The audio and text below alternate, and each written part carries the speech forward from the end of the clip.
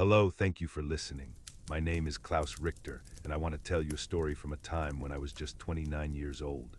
Before the war, my world was a place of straight lines and clear rules. It smelled of wet asphalt after a summer rain, of cheap coffee in the precinct house, of ink on a freshly filed report. I was a police officer in Hamburg, you see. I believed in the simple, sturdy architecture of the law. Every crime had a perpetrator, every effect had a cause. My job was to collect the evidence, follow the procedure, and restore a small piece of order to a world that was always threatening to fray at the edges. I saw society as a complex but understandable machine. It could be damaged, yes, but with enough discipline and diligence, it could always be repaired. The law was my toolkit. The war taught me that some machines are designed to break. They put me in the cockpit of a Focke-Wulf 190 and told me my new beat was the stratosphere.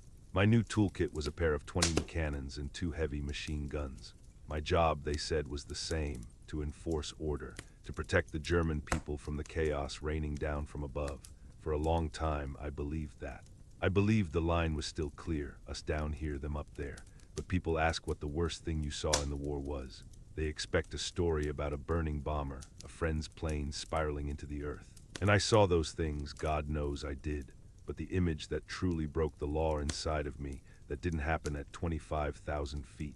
It happened when I was alone, just 100 feet above the soil of my own country. It began, as most days did in September of '44, with the drone. The sound wasn't just in the air, it was a vibration in your teeth, in the bones of your chest. The sound of hundreds, thousands of heavy engines grinding their way across the sky from England. The Americans were coming for the Leuna works, the synthetic oil plants that were the lifeblood of our war machine. We knew it. They knew we knew it.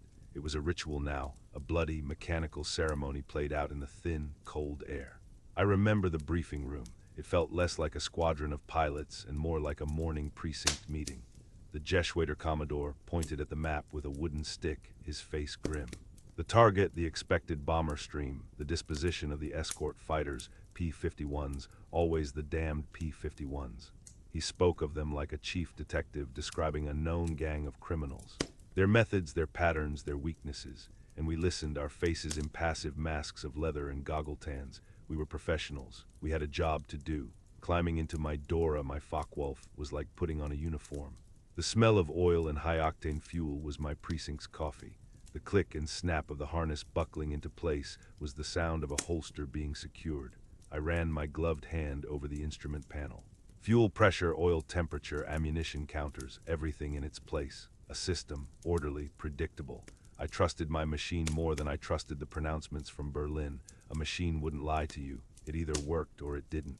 We climbed up through the haze into the brilliant, unforgiving blue. The world below became a patchwork quilt of green and brown, the problems of the earth shrinking into irrelevance. Up here, there were only the laws of physics and aerodynamics. And survival, we formed up a pack of wolves waiting. Then we saw them, not as individual planes, but as a stain on the western horizon. A vast, geometric swarm.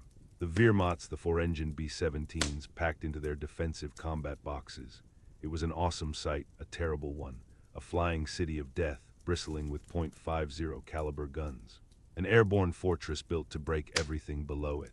And we, the Reichsverteidigung, the defense of the Reich, we were the thin line of order against that storm. My pulse didn't race with hatred or patriotic fervor. It was the cold, steady beat of a man about to perform a difficult, dangerous procedure. My police training took over. Observe, analyze, act. The bomber formation was a puzzle. Where were the escorts? I scanned the upper altitudes, the glare of the sun. There, specks of silver. The Indianer, the Mustangs. They were the outriders, the bodyguards. We had to get through them to get to the prize. Then the Commodore's voice crackled over the radio. Angriff. Go, and the sky broke. It was no longer a beautiful, empty space. It was a three-dimensional crime scene, written in smoke and fire and tracer rounds. Time warped. Long seconds of stomach-clenching calm as you lined up a shot, followed by instants of pure, screaming chaos. My Focke-Wulf shuddered as the cannons fired. A short, disciplined burst. That was the rule. Don't waste ammunition. Don't get mesmerized. I saw my shells walk across the wing of a fortress. A flicker of orange, then a river of black smoke pouring from its outboard engine. It began to fall away from the formation, wounded, crippled. One piece of the puzzle removed. My thoughts were short, sharp, fragmented. Mustang at 6 o'clock. Break right, hard. The G-force crushed me into my seat, a giant hand squeezing the air from my lungs. The world outside a meaningless smear of blue and gray. He overshot. Amateur. A quick roll, a burst of cannon fire. I didn't see if I hit him. There was no time. Another bomber loomed in my sight. The tail gunner was firing. His tracers looked slow, lazy, green Christmas lights drifting towards me, but they were death. I pushed the nose down, diving under its belly, the sound of my engine roaring against the thunder of its guns. It was a whirlwind of violence. A plane without a wing tumbling like a sycamore seed. A man falling, not a parachute, just a man, small and insignificant against the vastness of the sky. White parachutes blossoming, a dozen, 2 dozen, our men, theirs. In that moment they were all the same, just men cast out of their broken machines, subject to the single, impartial law of gravity. I saw a B-17 explode. Not burn, but simply cease to exist in a silent, expanding ball of orange and black. For a moment, the sky was filled with a rain of shimmering aluminum confetti. It was the most beautiful and horrific thing I had ever seen.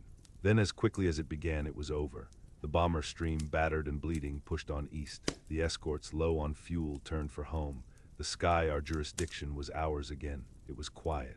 The only sound was the steady hum of my own engine. The air was littered with the evidence of the fight. Long, fading contrails, hanging pillars of black smoke that marked the graves of fallen aircraft. The job was done. My squadron reformed and headed back to base. I was ordered to stay, to fly a low-level reconnaissance and assess the damage, a routine evidence-gathering sweep. I descended, dropping back into the world of men. The adrenaline ebbed away, leaving a hollow, metallic taste in my mouth. I flew over the German countryside, following the trail of wreckage. Here, a massive crater where a fortress had gone in. There, the splintered remains of a Messerschmitt in a copse of trees. The ground was scarred, a testament to the battle we had just fought. It was a grim inventory, but a familiar one. I felt the stoic satisfaction of a job completed. We had enforced our law. We had exacted a price for the trespass. And then I saw it. In a large, open field lay the carcasses of 2 planes, no more than 200 meters apart. One was a B-17, its back broken, its silver skin blackened with soot. The other was one of ours, a Focke-Wulf, inverted, its landing gear pointing uselessly at the sky. A terrible equality in destruction. But it wasn't the planes that held my attention. It was the figures moving among them. At first I thought they were a rescue crew. I banked the plane, dropping lower for a better look. My heart sank. They weren't wearing uniforms. They were civilians, men, women, even some older children. They moved like ants on a carcass. My policeman's mind, my investigator's eye, took in the details with a cold, sickening clarity. They were not there to help.